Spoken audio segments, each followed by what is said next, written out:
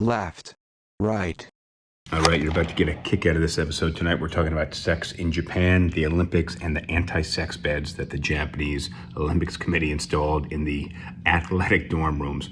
Some funny stuff. I think you'll enjoy it. We get a little deeper than just sex at the Olympics. We talk about sex as like a world trend and a Japanese trend, where it's going, what's happening over there. I think this is a pretty cool episode. Let me know what you think, and I will see you on the other end. Thanks for joining. This is SipTalk. Grab a drink and enjoy. Of course, it's good.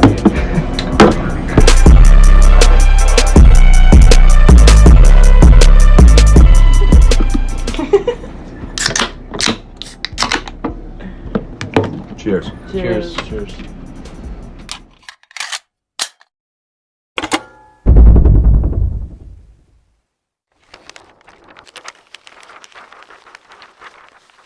This is episode 119 of Sip Talk. My name is Justin DeJulia out of my basement in New Jersey. I'm joined by James, the Bosnator Boswell, out of San Diego, California.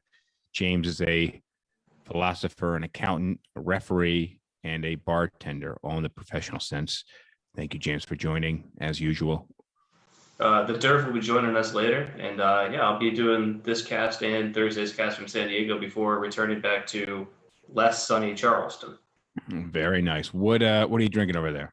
So I got Sierra Nevada Wild Little Thing. It's a like slightly sour ale, which is it's just really good. It's like fruity and sour, but still has like a little bit of a beer to it. It's got a trippy, it's got a kind of this neon pink color trippy looking can. My guess is it was gonna, just by looking at it, was either a weird IPA or a sour beer, but sour is what I thought first. So yeah, that's what I try to drink most of the time. And then I've also got some Scotch on the rocks, but it's missing the umbrella, so it's not a true Scotch on the rocks.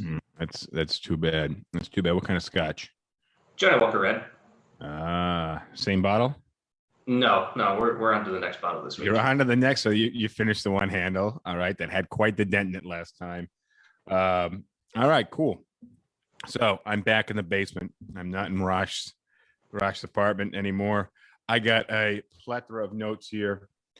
Tonight we're talking about sex in Japan. So I imagine you know what got me tuned into this topic. I'm guessing you went on a trip to Japan and didn't get laid. I did go on a trip to Japan. But what got me tuned into this is I started seeing all these things on social media about these cardboard beds in the Japanese Olympic dorms. So I think we might have talked about this when we talked about the Olympic suicides and the kind of Sacrifice to Be Excellent podcasts that we did last summer. Yeah, that was a long time ago. It was a while back, but we were talking about Olympians and kind of the stresses of being an Olympic athlete. However, something to note on the Olympic athlete stage is these are some of your most physically fit humans. And what comes with being super physically fit is a lot of testosterone, typically, and also a rocking body. So you got a bunch of people that got a lot of testosterone pumping through their system. Everybody's in good shape. And this is kind of for like 3 weeks, and your events go for like 2 days. Yeah, and you typically have a shit ton of free time. So you got these guys that are, all hopped up on endorphins and what ends up, but point is, I don't know, all the ingredients there, but point is it has typically resulted in a lot of sex. A lot of the interviews with Olympians, they mention how much sex is happening in the Olympic dorm rooms. Rash, don't worry. David is going to join us in just a minute. And then he's going to leave us pretty soon. So I wanted to talk about sex in the Olympics, and then specifically because the Olympics are being held in Japan, I wanted to talk about sex in Japan. So for those of you who don't know this, the Olympic dorms have been built with these cardboard beds. And it seems to be that the beds were built out of cardboard as some type of sex deterrent. And the Japanese are claiming that this is to basically to deter sex, which will deter close encounters, which will help keep the spread of coronavirus at bay. James, we on the same page here? Pretty much, yeah. So this is wild, right? Yeah, because like that's the reason why you go to the Olympics. To be like the gold medal is one thing, but to be able to get laid with people from all over the world that are all in fantastic shape, that's got to be a pretty strong motivation. Well, I never actually thought about that as a motivating factor to get to the Olympics, but I'm sure, I'm sure there's some, icing on the cake type situation with the additional sex that comes with being a world champion. Although traditionally world champions have a lot of sex, I guess, but probably not the women shot putters. So maybe not. Maybe, I don't know. Maybe maybe with some of the. Never mind. I'm not going to get into bashing the men volleyball players, but I don't know anything about men's volleyball. As a former volleyball player, I'm going to have to defend my cock.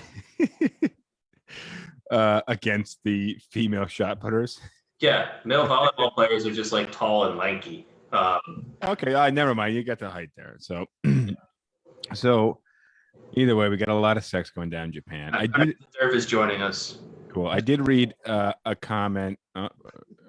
It looks like we're doing some removing of headphones, adjusting of audio so that both participants can hear.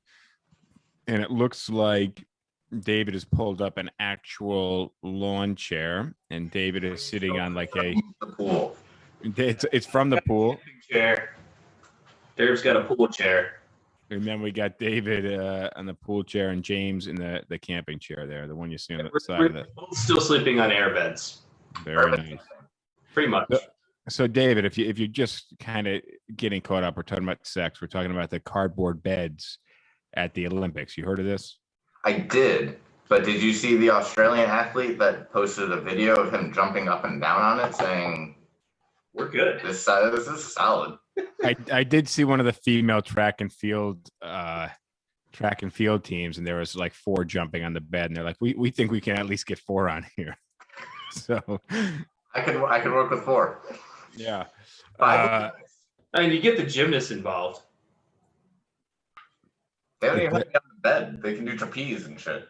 Yes, I mean, either way, that's just a bit of a funny, to me, a really kind of funny element of what the Japanese are doing, and they're doing it in the name of anti-coronavirus. So that's especially funny.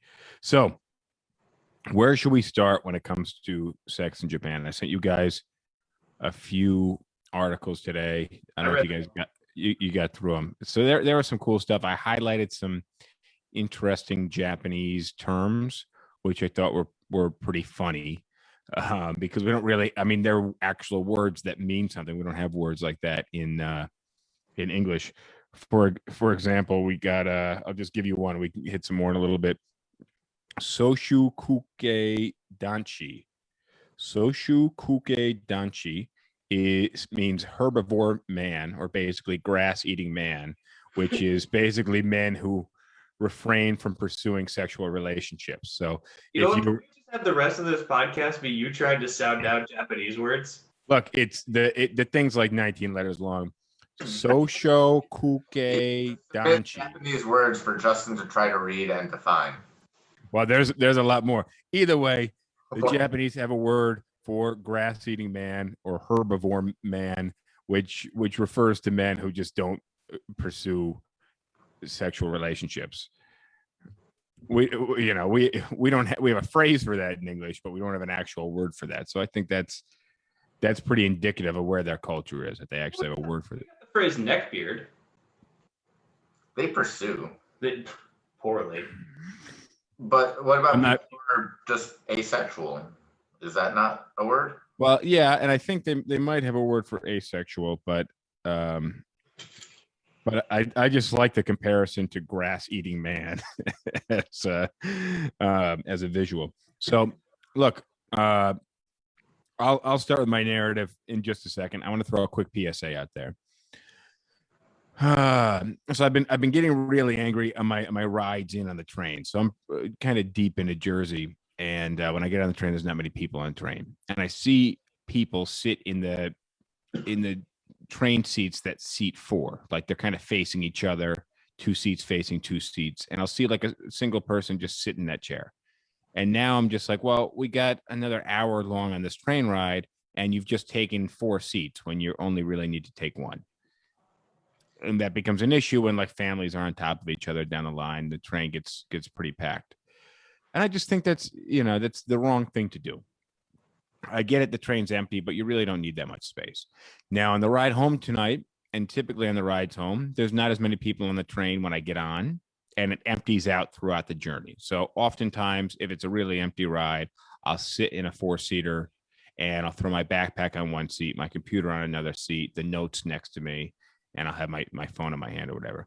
However, tonight I went to do that, and this family of three got on after me, and I could see they couldn't find seats that were together. It was a mom and the two kids. So I got up knowing that I was in the wrong and said, "Here, guys, sit here." And she was thankful. And then the kids were just the worst behaved children the entire ride. The mom must have done the, I'm going to count to three. And then she basically counted to two like 15 times, which I didn't see really as a good solution, but that's what happened. Point is, this is my PSA. If you're a single person riding a train, you don't sit in the train for four people. You don't sit in the chair area for four people. That's the wrong thing to do. It's a shitty thing to do. So don't do it. Sounds All like right. Target last night. Oh God. All right, guys. So here we go. Here's what I got. Right off the bat, I got the Japanese geisha. It's the woman with the makeup and the white face. And they become somewhat of a Japanese sex symbol. You familiar with the geisha? Yeah, but that's like 200 years ago. Well, yeah, but people see them as like a sex symbol, but they've never been allowed to do sex to people. I guess they, for whatever reason, they're a sex symbol, but they don't do sex to people. You don't do sex to people. That's the verbiage you're going with. Well, Want good words. But they are a sex symbol. But it just made me think, like, if the geishas were actual like hookers or strippers or something like that, in America, you come home from a strip club or something, you got a little glitter on you. In Japan, if you come home from like hanging out with the geishas, you got like this, salve of kind of sappy white face paint all over your clothes. A little more detectable. Well, I don't know if you read the articles, but the Japanese have discovered prostitution technology. Prostitution technology. Yeah, both prostitution and the technology that emulates prostitution. Like what? Like the sex dolls? Yeah. Yes. The Japanese are big on the sex dolls. Really, they're kind of big on anything sexual that doesn't involve another human being. Because there's a lot going on there, because in the articles they talk about how, like, for women getting involved with a man, like, you really only have two choices, which either is going to be like casual affairs, which a lot of women don't want, or a path towards marriage, which in Japanese culture is kind of the death knell for a career. Yes. So what I read in a couple of the articles was that, so I read one article on medium.com and another one through The Guardian, where I pulled a lot of this information. But 70% of women who have children leave the workforce. And that's kind of pretty well known. And in Japan, there's a pretty hard dynamic where in a heterosexual couple, that the man is really the workhorse. Once the woman has children, she resigns from her career and raises the children. And the dynamic that leaves, and I think this is what you're getting to, is now this man has to work extra hard because the woman's not working, and cost of living is very, very high over there. So he has to step up, and the work culture there is insane. And, men are often working to 11 o'clock at night or later and coming home and their family is asleep. So they don't really get to enjoy the family that much, but they're working so much. And then the wife isn't working, and the wife is basically become an indentured servant Did you read the same article? The wife is Here's something about the culture of work in Japan, which is like when you go into work, you have to be there before your boss comes in, and you cannot leave until your boss leaves. I love that rule. I'm all for it. I think that makes sense. Yeah, I can see why you would. No, I think I'm kind of all for that. I don't think it needs to be a hard rule. You got a boss who hates his family and just comes into work at like 7 in the morning. And it's like, I don't want to go home to my family. And he's there till 10 or 11 o'clock at night. Those are now your hours. Well, you could consider getting a different job. That doesn't happen in Japan. You sign up for a company, that's your life. That's what you want. It's changed recently, but it used to be that like whatever your job, whatever career you got hired in, that is the company that you're with for life. Yeah, and that's some weird things about Japan is people are super dedicated to their jobs. One of the weird things about Japan when you think about it. Say that again, or not? One of the only weird things about Japan, if you think about it. No, I don't know about that. So That's why I shook my head.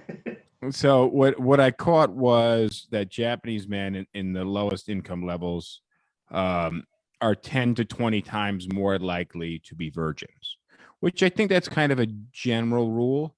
But my thinking was that the lower the income level, the higher amount of sex and the higher the number of sexual partners. And I think that's my guess is in the US that would be more accurate. I don't know. Real quick, I want to throw this one out to Raj because he's right about this. Is like if your boss asks you to go out for a drink after work, it's also career suicide to refuse. Yeah, but I think that's to a degree good form. Like you work for somebody else. But there's some bosses where it's 5 days a week. Well, not anymore. Not anymore. But here's my thinking. I've read that with income and education levels, typically the number of sexual partners and the number of children goes down. So as education goes up and as income go up, people get married later and have children later. Are you guys in tune with this? Yeah, it's generally true. Okay. Premise to idiocracy. So, but that would mean that at the lower income levels and the lower the education levels, the earlier and the more the children are, because if you're having children earlier, you can have more for a longer amount of time. And also the higher the number of sexual partners. I think that's here more than Japan. Has he not seen idiocracy? He's describing the intro. Yeah, yes, he is.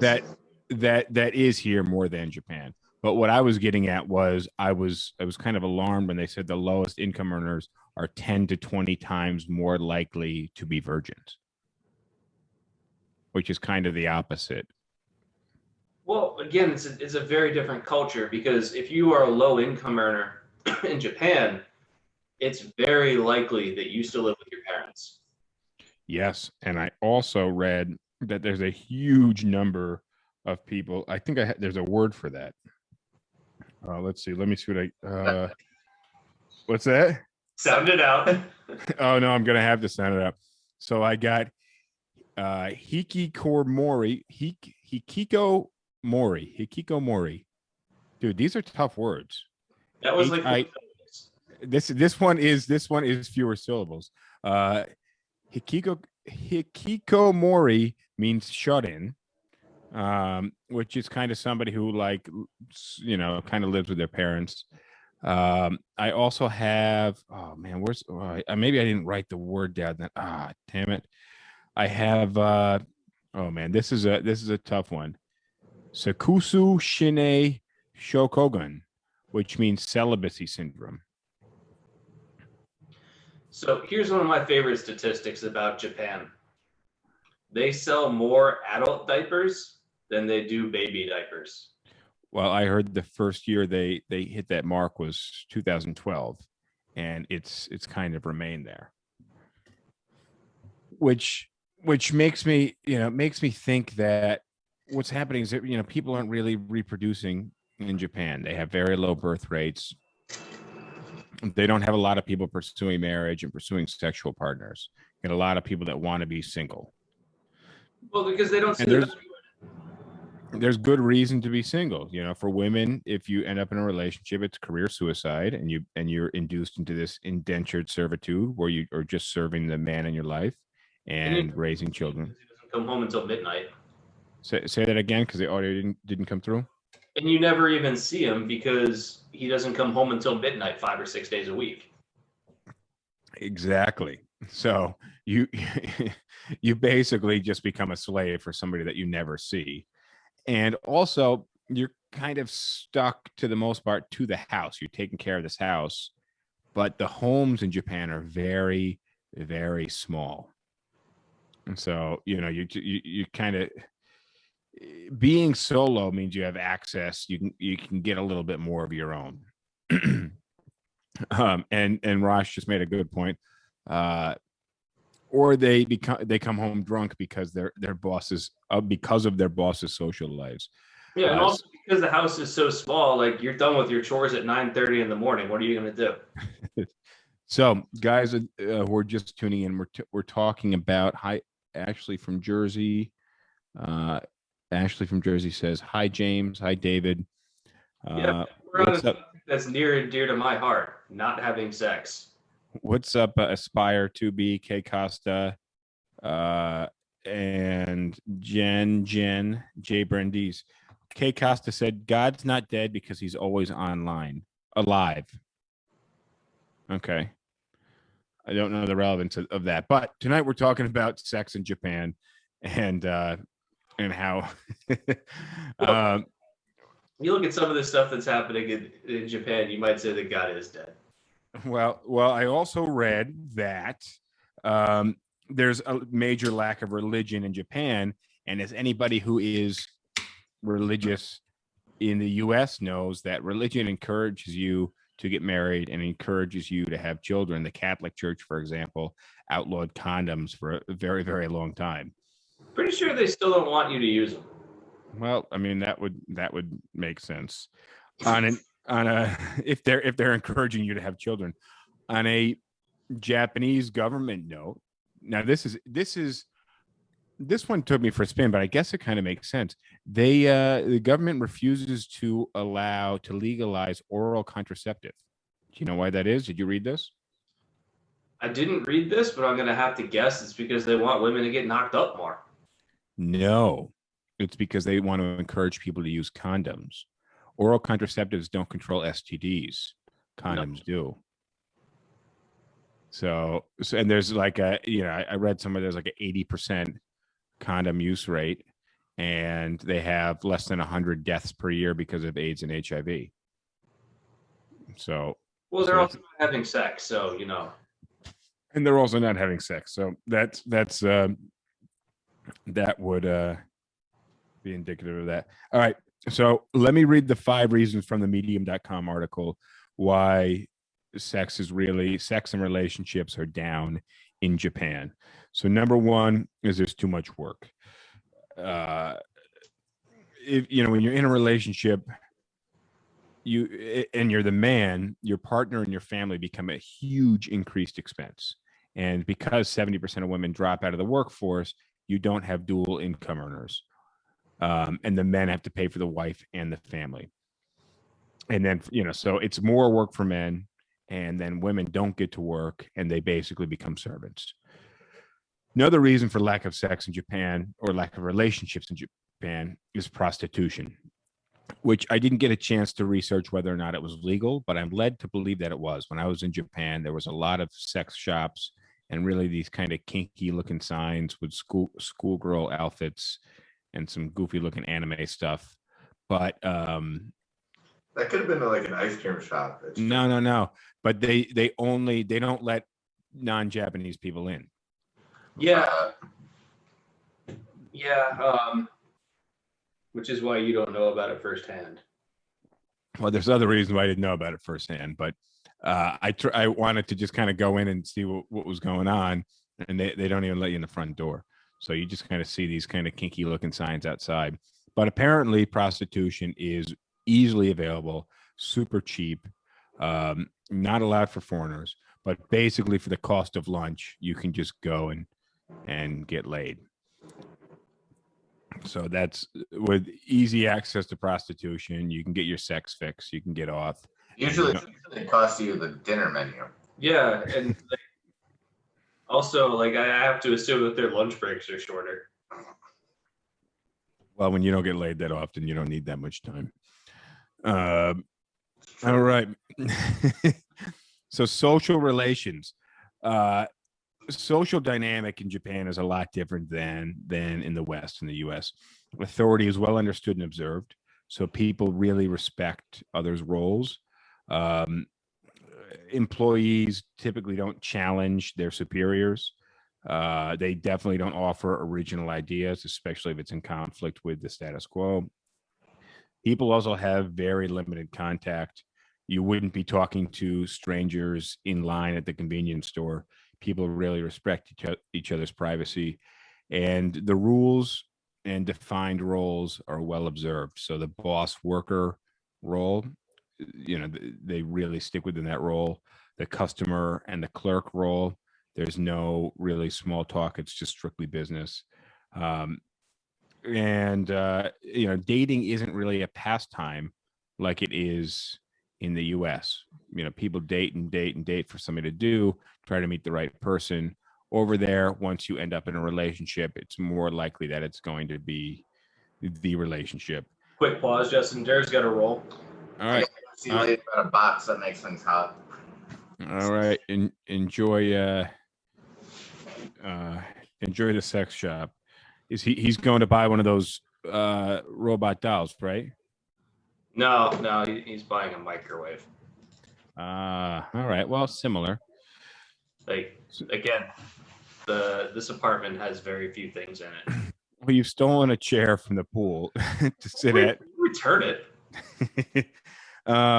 But so dating in Japan is not a pastime at all. It's really something that you need to want to do. And from what I'm reading, the fourth reason here is it's too troublesome. Romantic commitment is really seen as a burden, and understanding the social dynamic outside of the rules and the assigned roles is very tricky. People in Japan like rules, and they like kind of defined roles. Mm-hmm. So let's see. Women 70% likely to leave work. From the World Economic Forum, Japan ranks among the worst for gender inequality. And I wonder what the thoughts are on that for people that are married, if they wish they were single. Because it sounds like a lot of the people who are single don't want to be married. Well, I think that's what you're seeing, is you're seeing a large societal pushback against a system that's been in place for centuries. And like, young Japanese people are looking at the rest of the world and seeing that as women, other women in the world don't have to give up their careers and their passions when they get married, that you can still have a life once you're married. And they're saying, well, if my choice is to have to either be bound to the system that Japan currently has or not participate in it at all, I would rather not participate, because that's better than being basically a servant for the next 40 years. Well, I mean, if you're working 60, 70-hour work weeks, one, you don't have a lot of time for dating. And two, the cost of living is so sky high in Japan that you're literally working just to live. And then dating costs a lot of money. And also, it's very awkward and uncomfortable when you don't know how to navigate those social situations, because there's no clearly defined role with complete strangers of the opposite sex, except just to try to have sex with them, which in Japan usually means you're getting married and pursuing a long-term relationship. But yeah, what I've read is it's too troublesome, too burdensome. And here's the last one. And I don't know, where they were pulling this data from, although I do actually, I think we've talked about this before. They were talking about pollution and plastics raising the estrogen level in people. And I don't buy that. I thought that was a bit of a reach. I read that one too, and I closed the article after I read that, and I was like, there's so much unproven there, because they talk about sperm counts in Western men going down societally in like a number of Western countries, not just one country. And some of it they're trying to blame on like plastics in the water or something like that. I was like, it's way more complicated than that. I don't think you can just reduce it down to a single cause. No, I agree with you. I think it's a contributing factor, but I don't think we have any. We have we have evidence through correlation, but we have no proof of causation. Yeah, and Raj says soy sauce is more responsible for raising their estrogen than any plastic or waste. Which, yeah, he's actually right that soy products do actually have a positive impact, like a positive effect on estrogen levels in the body. So, but I have a feeling that they're not really eating that much more soy sauce now than they were 100 or 200 years ago. I would agree with you on that. So we got some comments from Kazi about the sex dolls and the sex robots. I'm gonna get in the anime. I'm gonna get there in just a second. I want to read off a couple more of these very tough to pronounce Japanese words. So we enjoy watching you suffer. Yeah, but they're interesting. I think it's funny that they have these words for these things. So the concept of the fact that people are drifting away from sex is known as sakusu banare. Sakusu banare. So people are just not interested in sex, and that's referred to as sakusu banare. We hit the herbivore man, or grass-eating man, which refers to men who refrain from pursuing sexual relationships, which in the U.S. we just call them pussies. But in Japan, what's that? No, I disagree with that. In Japan, they're called Soshuku Kei Danshi. Soshuku, damn. I will spell it for you. I'll let you get a letter count. SOSHOKUKEIDANSHI. Soshuku Danchi. Sokuku Danchi. And that means herbivore man. So these are tough words. I don't think I could ever learn Japanese if I ever put my mind to it. Definitely looks like a difficult. It's about right. It doesn't matter.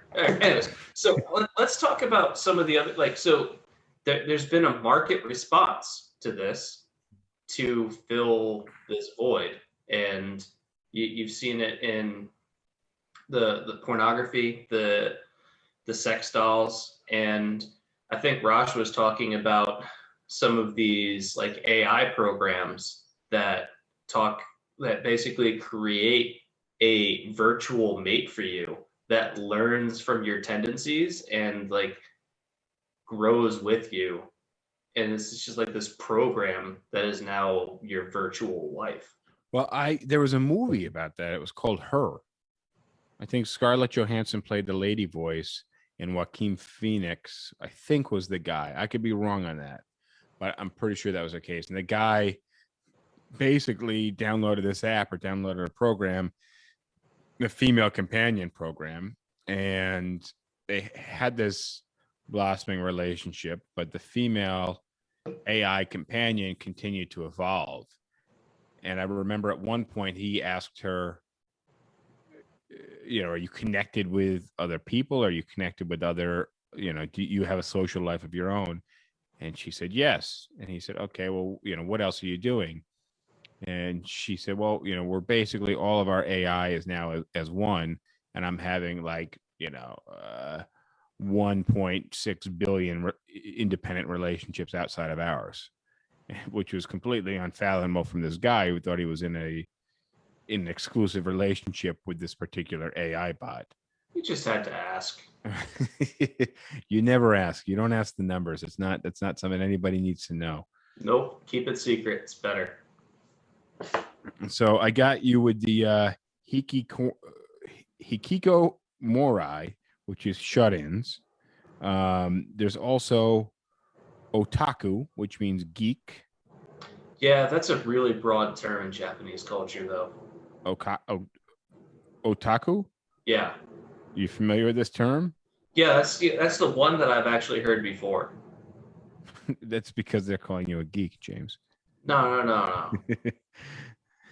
Well, that was an interesting one. And then there's talking about the anime, and this is what Kazi is commenting, the hentai, which is like porn cartoons, and the Not always. Like hentai is a drawing technique. It's very often porn, but not necessarily. it's cartoons, and it usually these days, especially in the U.S., is referring to Japanese cartoon porn, and Yeah. then manga, which means comics / anime.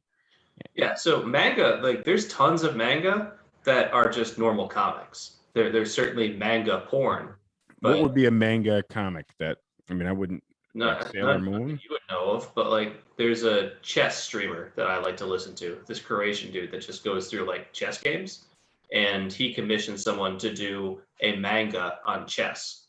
And yeah, there's no sex. I'm not surprised at all. No, I wouldn't expect you to be. But yeah, you can have manga that's completely innocent of sex. Interesting. And then I heard actually that because a lot of these Japanese guys, go refer to prostitutes and services like that.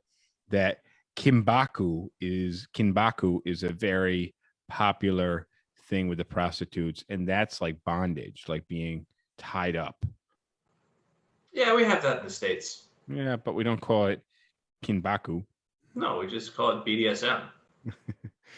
Man, there's some weird shit out there. I wasn't surprised with some of this information, but I feel like there's a world trend that's heading in this direction to lesser sex. Well, and that's kind of where I wanted to go with this, because I know you and I disagree on this point. What's the point? More and more people are realizing that having kids is a raw deal. Well, here's the thing: is yes, you have to pursue. You have to say, where do I want to be in 10 years or in 25 years? And yes, raising kids can be very stressful. It's also very rewarding. But at a certain point, you get bored with life. So if you're doing the same thing in your 30s that you've been doing in your 20s, that's probably okay. And you can probably do it better and cooler because you now have more money. But doing the same thing in your 40s that you've now been doing in your 30s, which might be drinking a lot and spending a lot of money, that maybe you like buy a sports car, like that kind of gets old. And then you're 50 and your body's not the same, and the dating scene is other 50-year-olds or maybe 40-year-olds if you're lucky. And that's you're not any longer in the pool of dating sexy, young, attractive people with tight bodies. Now you're dating people in their 50s, which the majority of them, go to the grocery store. That's what most 50-year-olds look like. So, and I'm not saying go to Walmart like the creatures of Walmart. I'm saying just kind of go into a public setting. 50-year-olds aren't known for their bodies, and then all of a sudden you're 60 and you're like, all right, well, what am I going to do now? I got a sports car. I can go on vacation again, but I'm just going to keep working. At a certain point, you need something that's paying back to you, and that's a rewarding of the rewards of building a family and the changing dynamic of your life. That's my thinking on it. I just don't see it. But what I was getting at, what all of this was leading to, the conclusion that I drew in my mind, is what is Japan going to look like in another 40 or 50 years, where you have a bunch of single people who don't have children and they don't have somebody in a relationship to help care for them. Who's caring for these 60, 70, 80-year-old people in Japan who are now dying? It's just going to be a societal burden. Well, it's going to be an industry. It will be an industry, yes. But you now have this evaporating younger population, and that's a nice thing about getting older is you have family and things like that are entertainment for you, but also to a degree help for you and give you something to live for. I think that a lot of people our age and younger are realizing that there are more things to live for than just having a kid. That they're finding other things of value that they get to cultivate. Having a kid is a very short-term way to look at it. I don't think you pursue a relationship to have a 4-year-old, because that's kind of an ever escaping, having a 4-year-old can be fun because they're cute and they're kind of learning and observing the world, and you get to see that with them, but and experience that with them. But then they're 5, and then they're 6, and then they're 12, right? Like that goes away. So you're not in it for having a kid. You're there's more to it. But I think what's happening is, especially with coronavirus over the last year, where people weren't sorry, James, you're distracting me by being distracted here. I want to get to his point, but I want you to finish yours. All right. Well, I'm losing my train of thought watching you guys have a conversation outside of the conversation that we're having. But what I'm saying is that over the last year, people lost contact with each other, and it was detrimental to society. And you watch it. I mean, I remember being 12 years old, having these regular conversations with people on AOL Instant Messenger, and then seeing them in person and literally saying nothing to them. And that was, and I was very aware at the time, that's wrong. Like, that's weird. And now people are only having conversations and rarely even seeing each other. And then, of course, when they do, it's very awkward.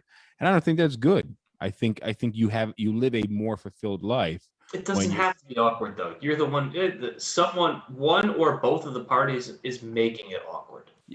Inability to inability to step outside of your comfort zone. And that's what's happening in Japan, is that people are uncomfortable in these social settings, and they're not wanting to put themselves there. It's burdensome because it makes them uncomfortable. Okay, let's take a step back from this and think about it. Because I always, whenever I encounter a situation that doesn't make sense on its face, I want to look at it in terms of economics. And so, for the Japanese, well, what comment is that specifically?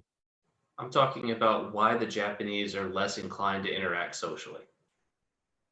Well, I think their culture is, I would say it's more advanced than a lot of the other cultures that are out there. Okay. And I think that's because there's a lot of people, so things need to be more efficient, and there's a limit of space, so you have to be conscious of the limit of space. I explained to my mom, who lives in a very small town in upstate New York, that when she comes down to New York City and someone gets on the elevator with you, it's oftentimes good form not to speak with them. And when you pass someone on the sidewalk, you don't make eye contact and start conversation with them. And when you're in line with somebody at the grocery store or passing by somebody in the aisle in the grocery store, it's bad form to speak with them. If you talk to everybody around you, people will think you're crazy. And that's because, and for her, it's like, well, that's a little weird. How am I just going to walk by someone and not acknowledge them? Well, because you're going to walk by 600 people in a 3-block walk. So people respect each other's personal bubbles and personal space, because it's just not sustainable. Mm-hmm. You're not going to build 600 relationships in a 3-block walk. So when you're on the elevator with somebody who you'll likely never see again, if it's your neighbor and you live in a small rural town, you see your neighbor, and then you see your neighbor every day for 400 days straight, and then you see a random person, it would make sense to speak with that random person, because that's kind of out of the ordinary. But when you're surrounded by random people all the time, it doesn't make sense to touch base with these people, because you're not going to see them again. And small talk, in my opinion, is kind of this mindless talk. And I think that's very strange, to talk to somebody in a shop that you don't plan to revisit and just kind of shoot the shit. Does that make sense? It does. Again, it's a practical matter. But And let me just, and sorry to interrupt you because I really want your input on this. But my thinking is, oftentimes I walk in and out of a lot of doorman buildings, and the ones that I frequent, I try to get to know the people's names and things like that. But I try to steer clear of the, man, it's hot out there. I hear it's going to rain this weekend, because that's boring as fuck. And they hear that, they had that same doormen and people that just kind of have a lot of passersby just must have this mindless conversation about the fucking weather 76 times an hour. right, so say something funny. Well, and I try to, but sometimes I have nothing to say. So I just smile and say hi and then just get on the elevator. I mean, hold on. I've got a little segue about elevators because I have to just throw this one out there. 10 years ago, when I was visiting you in New York City, I was on an elevator leaving your office. Got into the elevator and I was exhausted for a variety of reasons. And I pressed the button to go to the lobby. It goes up. So I'm already a little ticked. Another dude comes into the elevator. Elevator starts going back down. Elevator goes down a couple of floors. And this super cute chick walks into the elevator and presses the button for the lobby. And at this point during the day, I just completely had it. And so I looked at her, I looked at the button, and I said, thought I already pressed that. But sometimes I'll just hang out in an elevator all day long to see who I meet. But And that's with her. What's that? And that got something started. But I think that's okay. Contextually, I would think it's a little weird to get in an elevator with somebody and there was no buttons pressed. And that happens to me sometimes. And that actually sometimes will give me a good reason. I like talking to people when there's a reason to talk to people. But oftentimes I find myself riding elevators in silence, grasping at the air for something to talk about. That comment came out of just sheer exasperation from my day, but it got a conversation started with her. And I know that's breaking like a whole bunch of New York City rules, but it was because I said something that was unexpected. But there would be, I'm sure in Japan, there would be kind of a clearly defined role that you would, and obviously I'm telling my mom about how to handle elevator conversations and things like that, because there is no clearly defined rule on that. Like where she's from, it would be rude not to talk to someone. In New York City, it would be rude to violate someone's personal space and have a conversation with them because there's a personal privacy.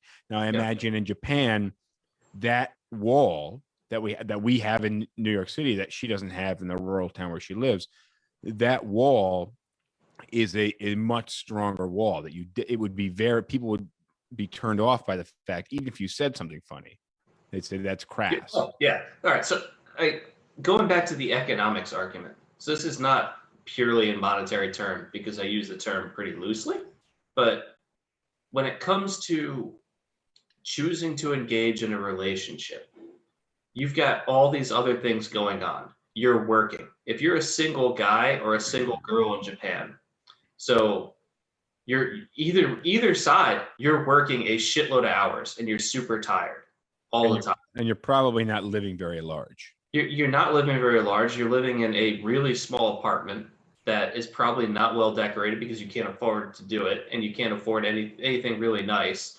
And the few things, like when you have time off from work, you have these other hobbies, whatever they may be, arts and crafts, video games, athletics, or anything else. And you look at getting into a relationship as a distraction from the few things that bring you joy that you know you can depend on. You're going to take a risk and go away from the things that you know. Well, you have to delete a hobby, right? To do dating, you have to delete a hobby, and then if it turns into a relationship, you have to work more and either delete more hobbies or eat into that relationship time, or give up your career and have kids. Well, if you're a woman, exactly. Yes. So you give up, you're giving up your career. You're probably giving up other hobbies. You've got all these people that are looking and saying, I've got something right now that's dependable and safe and is relatively low risk for something that I might not see value in. Yeah. It's not a hard choice when you think about it like that. But I also think there's a psychological element to it and that's being uncomfortable in these undefined roles, not knowing what to say, feeling uncomfortable. So now not only Let me go one further for you. Go ahead. So I think you and I can both agree that to have a successful relationship, there has to be an element of vulnerability on both parties, right? I would agree to that. How good do you think the Japanese are about showing vulnerability to, at one point, a stranger? That's a good point. That's a good point. It's I think it's got to be very difficult to date in a society where you don't have a lot of free time, you don't have a lot of space. Talking to strangers is not cool. But I just think to the movie Demolition Man, where the girl asks, it's Sylvester Stallone plays Demolition Man, and she asks him to have sex, and he's like, sure, I'm down for that. He starts to take off his clothes, and she's like, no, I said sex. What are you doing? And he's like, what do you mean? So then she hooks some electrodes to him. She puts some electrodes on herself, and they just go into this virtual reality until he kind of rips it off. And he's like, what the fuck was that? That's not sex. But I think that's kind of, when I think about these futuristic things, I often kind of think this quasi dystopian, quasi utopian Demolition Man, where there are elements of the utopia and also elements of the dystopia. And it really, some of that depends on perspective. Well, so here's another way to think about Japan that Raj touched on in a comment that we have, that I'm not going to go into full detail on his comment, but the general concept is there, which is that you can look at Japan's culture as kind of a distillation of many other countries' cultures, and just taking one element of another country's culture and bringing it to an extreme. So but how has that influenced Japan and specifically sex? I'll give you an example. Okay. Look at Japanese game shows. So not familiar with them. How can you not be? Anyways, Japanese game shows, if you haven't seen one, it's hard for me to explain. But you can look at Japanese game shows. The idea is that people are going to be either showing their knowledge or prowess or propensity for humiliation for the exchange of prizes and fame. And so Japanese game shows just take that to the extreme. And you can look at Japanese game shows and they really go with the propensity for humiliation more than anything else. Yeah, I do know what you're talking about, actually. Huh? I do know what you're talking about. You're talking about the ones where they do the obstacle course or something. Yeah, exactly. It's you know what? All these other game shows that we see from America, we figured out what makes them tick, and we're just going to extract that small piece and make that the entire game show. But I don't see how that relates back to sexuality and dating. No. All right. So when it comes to sexuality and dating, Japanese culture says, you know what? For casual dating, the idea is just to have sex. You know what? Let's cut out the middleman, prostitution. Why spend $50 on a dinner and $30 on movie tickets and everything else, and another $40 or $50 on drinks for the possibility of sex? Why not just spend, I don't know, $15 or $20 on our lunch and have sex with a prostitute? And I've saved myself a whole bunch of time, a whole bunch of money, and I didn't have to pretend what it was about. Oh, you probably didn't get lunch though. You know what? I don't know where you. I'm in a good mood for the rest of the day. I don't know where you're spending $50 on taking a date out to dinner. But if it's Applebee's, I can see why maybe you wouldn't be getting laid at the end of that date. Yo, Charleston is not New York City prices. Okay, fair enough. On that note, I actually think we're hitting the hour mark. Tonight we talked about sex in Japan. An interesting topic. We got here through the Olympics, talking about the anti-sex beds in the Olympics, the beds that have been constructed out of cardboard and placed in the Olympic dorm rooms to basically make it impossible to have sex. But not really. They'll find a way. They always do. Yeah, and also And I'm pulling for you guys. I just and the reason they're deterring people from having sex is so that they don't get close and spread coronavirus. So I don't really think the means is that effective of a means. Right. Here's how I want to open off our topic for the next cast before we wrap. Mm-hmm. What sports are going to have the best for having sex with? I don't think we should do our next podcast topic about that. No. Just the opening. I nominate gymnasts. I think that might just be the winner right off the bat. Either way, Rosh wants to talk about the notion of honor. You want to talk about having sex with gymnasts? I think let's let the people vote. All right. On that note, I want to thank you guys for joining. Thank you guys in the live for visiting on TikTok, on Facebook, and on Instagram. So thank you guys for joining. And if you do not already subscribe to the YouTube channel, go to YouTube, search SipTalk, find us, subscribe, like, and comment on the podcast. Shout out to Dayanara, who always comments on the podcast, and I appreciate that. And don't forget the audio podcasts on Spotify, Apple Podcasts, and anywhere else you can find your audio podcasts. James, anything you want to add on our way out? Nope, I already did. All right, cool. Last thing is, if you're watching this on YouTube, check out the links. There's a free $20 towards Bespoke Post. Bespoke Post, just for the record, I've been growing this beard out because my razor broke. And I got a new razor coming in this monthly subscription box that sends me cool, manly shit every month. If you're buying something for yourself, Bespoke Post is definitely a cool place to check out. If you're buying something for a male partner, Bespoke Post is another option as well. I should be clean shaven for our next podcast. We'll see if that box gets here in time. On that note, thank you guys for joining. Thank you, Rosh Galeb, for manning the comments and feeding them to us live. And thank you, everybody, for commenting. See you guys next time. All right. Cheers. Adios. All right. That concludes this episode. Let me know what you think. Let me know what your thoughts are on sex in Japan and throughout the rest of the world. Let me know if we were right, wrong, or what we missed. But thank you so much for joining, and I look forward to seeing you on the next one. I like PBR. I just got priced out of it.